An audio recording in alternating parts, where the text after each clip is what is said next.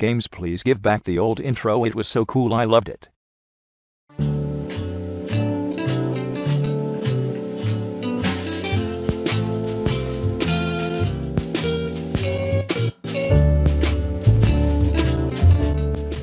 Hi everybody, welcome back to another Pixelworlds video. Recently, Kokori brought out a new Pixelworlds update, releasing an NPC called the Darkstone Vendor.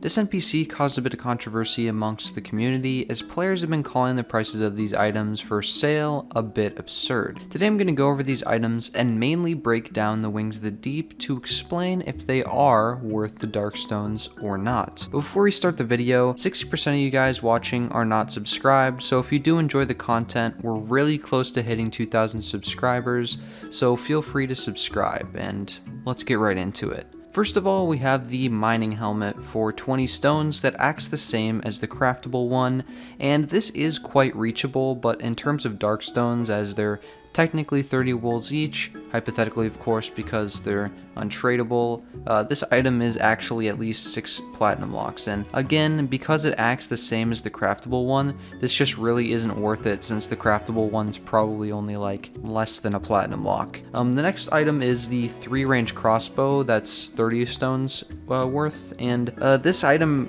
it is 3 range, but it's just not really worth spending your 30 stones, especially since the dark carbon fiber rod and stuff is probably worth more, so, this is like 10.5 platinum locks worth of stones. I just don't recommend you would get this, because it's just not that good of a PvP item or PvE item or anything like that. It does look really cool though. The next thing is the dark carbon fiber rod for 100 stones, and honestly I don't really know how good it is. People in my comment section have been telling me that it's actually the same as the superior carbon fiber, which makes this definitely not worth it, because I think the superior carbon fiber is only worth less than 3 platinum locks at least, and this is worth 30 platinum locks worth of dark stones, so it just really seems to be not worth it. The next thing is the Swift Slicer for 175 stones, and it is a pretty good earth weapon with 135 earth damage and double jump, but it is worth like 52.5 platinum locks, which is one of the most expensive items in the game. So, I don't know how this is going to scale when enough people get it, but it is an extremely expensive item, so who knows if it's even worth getting it. The next thing is the Dark Pickaxe for 250 stones, which has the same average as the Epic Pickaxe, but instead of 4 to 8 gemstones, it's 1 to 12 gemstones. To give reference, the Epic Pickaxe is about 7 to 8 platinum locks according to Pickaxe, likely lower, and by my calculation, the Dark Pickaxe will be 75 platinum locks when the first person gets it, likely more because of exclusivity for the same pickaxe, pretty much the same average gemstones. And of course the final thing, which is basically the topic of this video, is the Wings of the Deep for 750 stones, which is 225 platinum locks. I looked into how many runs this would take of just the level 5 mine, assuming that you will get all 70 dark nuggets every single run. And to get 75,000 dark nuggets, which equates to 750 dark stones, you will need to run the level 5 mine 1,071 times. 1,071 runs, assuming that it would take 10 minutes on average to clear, this would take about 178.5 hours of just running the level 5 mine.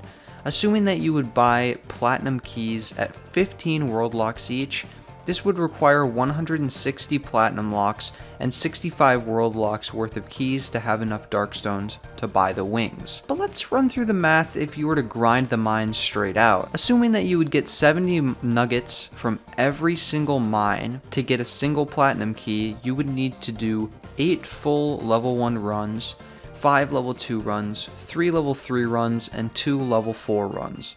Again, keep in mind that this assumes that you will get 70 nuggets from every single mine. For example, in 3 runs, you would get 210 nuggets, equating to 2 keys in 3 runs. This means that you would need to complete at least 20 10-minute mining runs to get 1 platinum key. If you were to never spin the wheel to have the chance of getting any dark stones or dark nuggets, you would require 1,071 platinum keys, which would take you 21,000 420 mining runs minimum, clocking in at 3,570 hours of speedrun clearing mines. This is roughly 150 full days of mining runs. Talk about a grind. But what about wheel spins? If you're doing 1,071 runs, you should get a lot of darkstones from the wheel, right? Well, not exactly. Though for very unlucky people this isn't the case, let's assume that from 100 spins, you would get at least 2 3-star pulls and 1 4-star pull. Because you would complete every level 5 mine perfectly, you would get 1,071 mining tokens, which equates to about 21 3-star pulls and 10 to 11 4-star pulls. From the 3-star spin, you will get 1 darkstone every 15 pulls, and in the 4-star spin, you will get 1 darkstone every 10 pulls. At this rate, you will only get about 2 darkstones extra out of the 750 you'll need to get the wings, so the wheel really doesn't come into this equation at all. If you're taking your time and doing all 21,420 runs for the platinum keys, as well as the 1,071 level 5 runs, you would actually get, assuming you ran every mine perfectly, about 22,500 mining tokens. This would on average give you 225 4-star pulls and 450 3-star pulls. On average, combining those 4-star and 3-star pulls, you would get 52.5 darkstones, not including the 22 platinum keys and 225 nuggets you would get from the level 5 pulls as well. This actually gives you about 70 more darkstones that you wouldn't have gotten if you didn't spin the wheel, which only ends up making you need about 680 darkstones, which is still a lot, but at least you got a bonus out of it. But are the wings even worth it? Let's assume that by the time a player gets these wings, they're the only triple jump item in the game, which seems to be the case, as Jake said there are no plans yet to release any more triple jump wings. Let's deep dive into the mechanic of the triple jump. As we can see in the Mining Update Part 2 trailer, Jake actually uses the wings to jump onto a tree. He jumps from our 0 point, the block below him, to about 4.9 blocks high onto a tree, landing on a block 4 tiles into the air. The average jump height is about 2.5 blocks, the jump pack goes about 3.5 blocks high, and double jump wings go about 3.8 blocks. However, a jetpack can go something like 10.5 blocks into the air.